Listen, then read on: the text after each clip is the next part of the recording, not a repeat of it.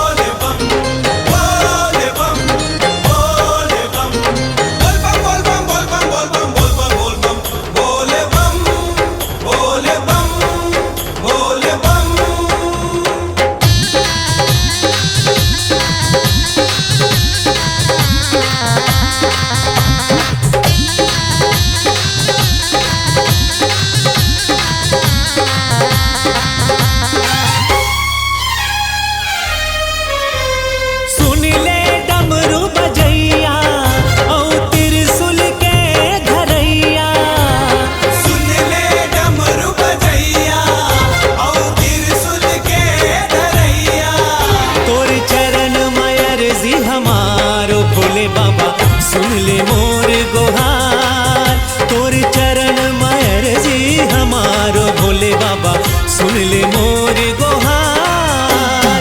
सुन ले डमरू बजैया औ त्रिशूल के धरैया, सुन ले डमरू बजैया औ त्रिशूल के धरैया।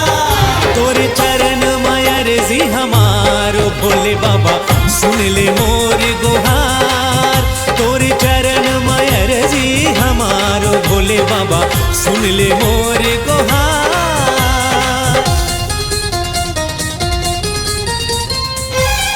सुनिए, ओ नेगेटिव ब्लड चाहिए, जल्द से जल्द अरेंज कीजिए।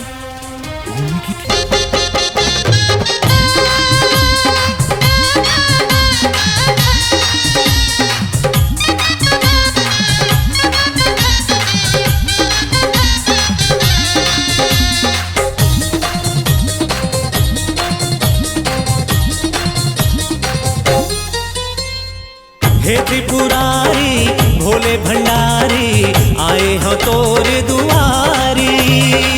बिनतीला सुन ले अर्जीला सुन ले तरसत हो तोर पुजारी। हे त्रिपुरारी भोले भंडारी आए हो तोर दुआरी। बिनती सुन ले अर्जी सुन ले तरसत हो तोर पुजारी। सुन ले डमरू बजैया औ त्रिशूल के धरैया, सुन ले डमरू बजैया औ त्रिशूल के धरैया।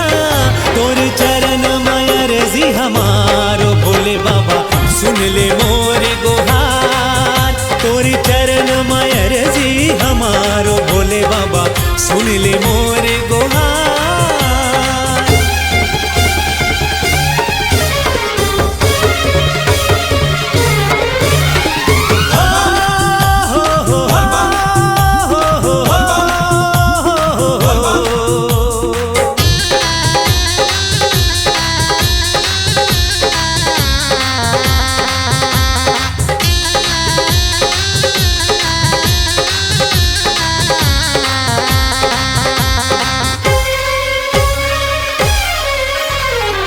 नीलकंठ है अवघड़दानी हम भगतन भागमानी।